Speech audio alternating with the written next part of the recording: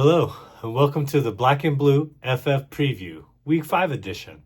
Well, the Green Bay Packers, we went down to Jerry World and we did not lose, so still undefeated down there in AT&T Stadium.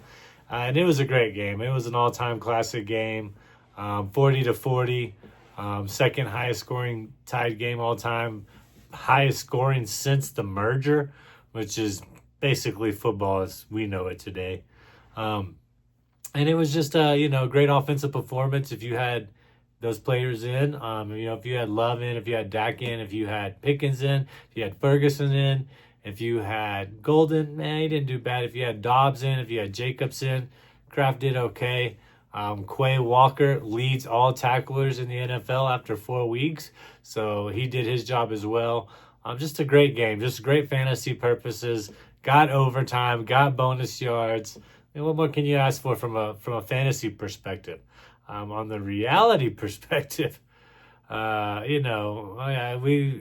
want to crush Dallas. Okay, our rivals may be Chicago, Detroit, Minnesota, but our real rivals, the people that we play in the playoffs, you're talking Cowboys, you're talking San Francisco 49ers, you're talking Seattle Seahawks. Those are the teams that kind of go back and forth with us.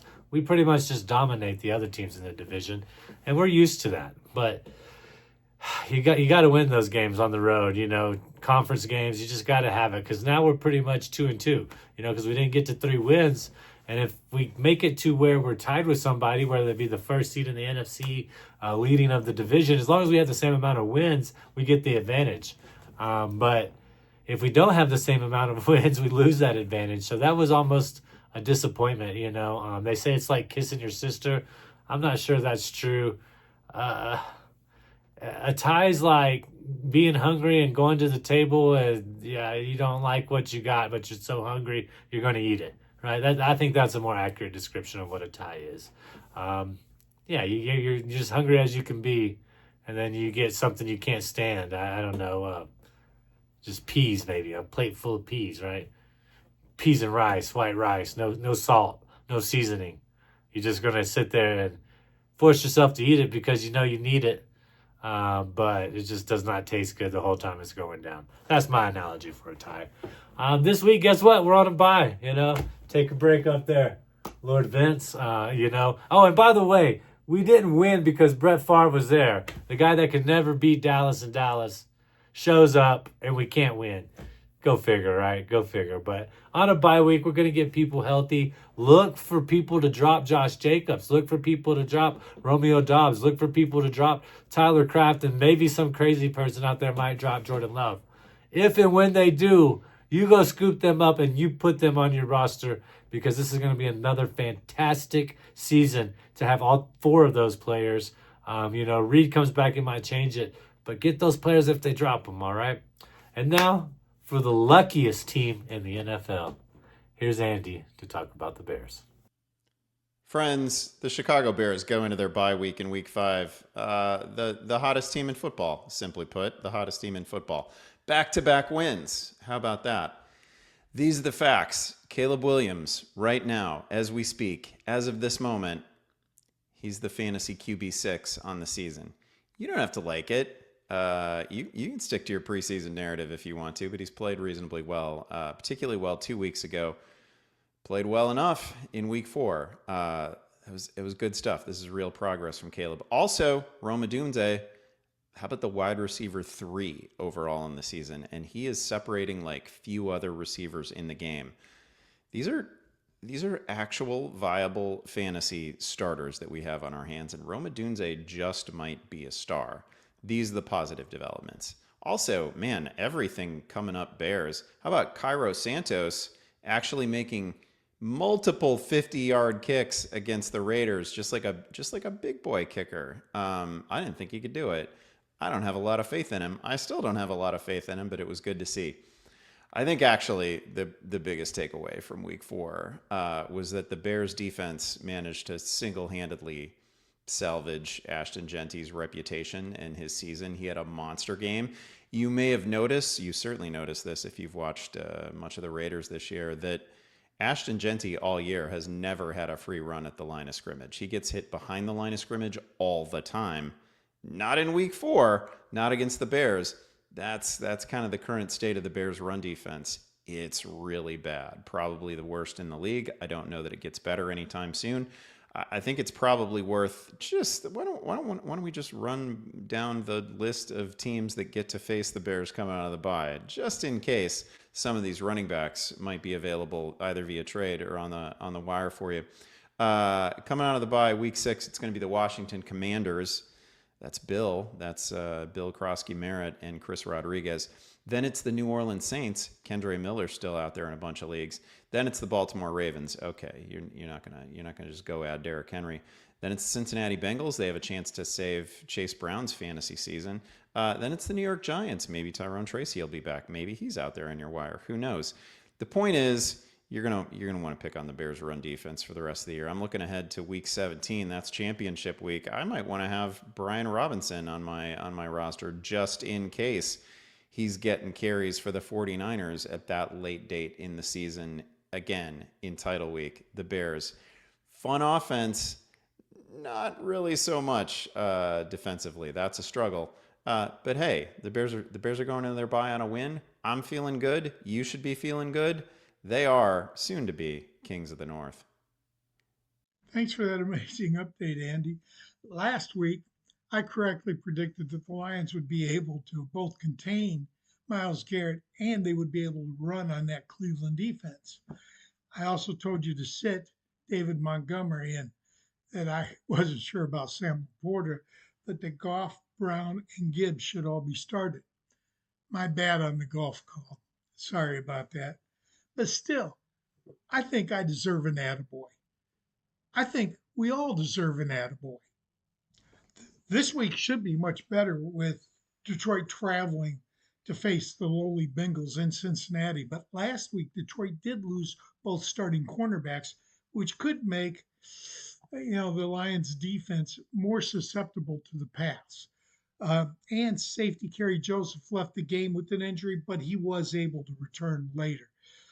If you're at the time of this reading, I don't have an update on the cornerbacks, but it wouldn't be surprising to me if at least one of them misses this game. So let's get into what we can expect in week 5. First of all, Goff, Gibbs, Montgomery, St. Brown, Williams, and Laporta all should start this week. Yeah, I know one of them won't live up to the, what I expect, but I just can't bring myself to sit any of them against the Bengals. Just can't do it. Defensively, it's a different story.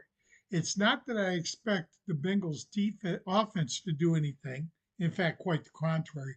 But because of that, I don't expect them to be on the field very much, which will not, it's going to cut down on their tackle opportunities quite a bit. So the only linebacker that I can recommend this week is Derek Barnes because he blitzes quite a bit. I am going to recommend Aiden Hutchinson to start. I do think he'll get at least one sack.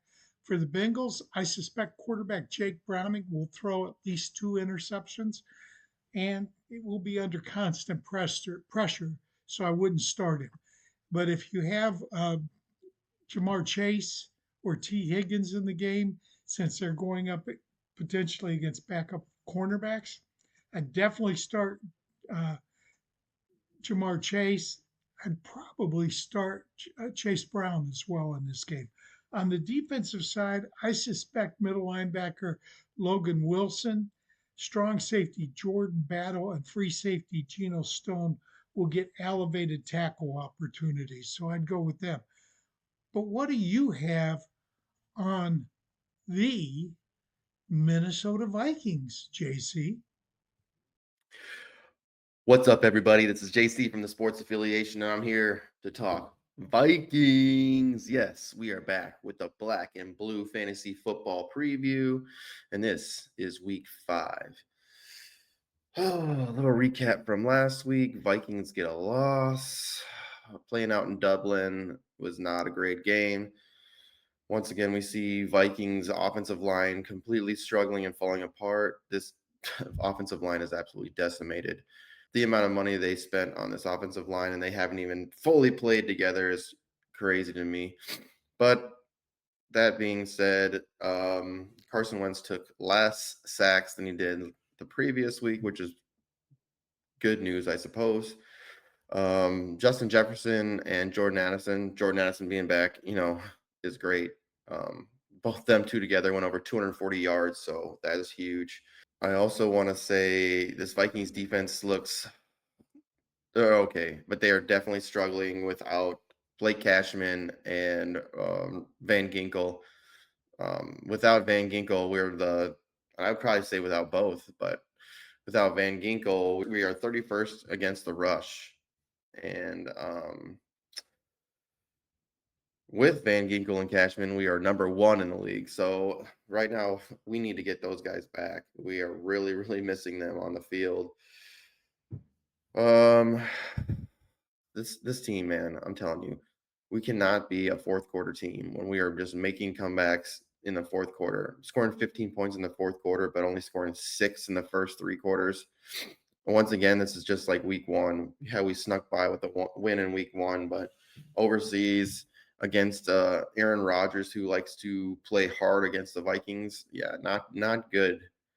But yeah, 24-21, Vikings lose. They easily could have, they had the ball in the fourth quarter at the end of the game. Carson Wentz just could not get it done, and yeah, it's not good to see. But we have to move on. We have to continue to move on to the next week, this week, and get things done.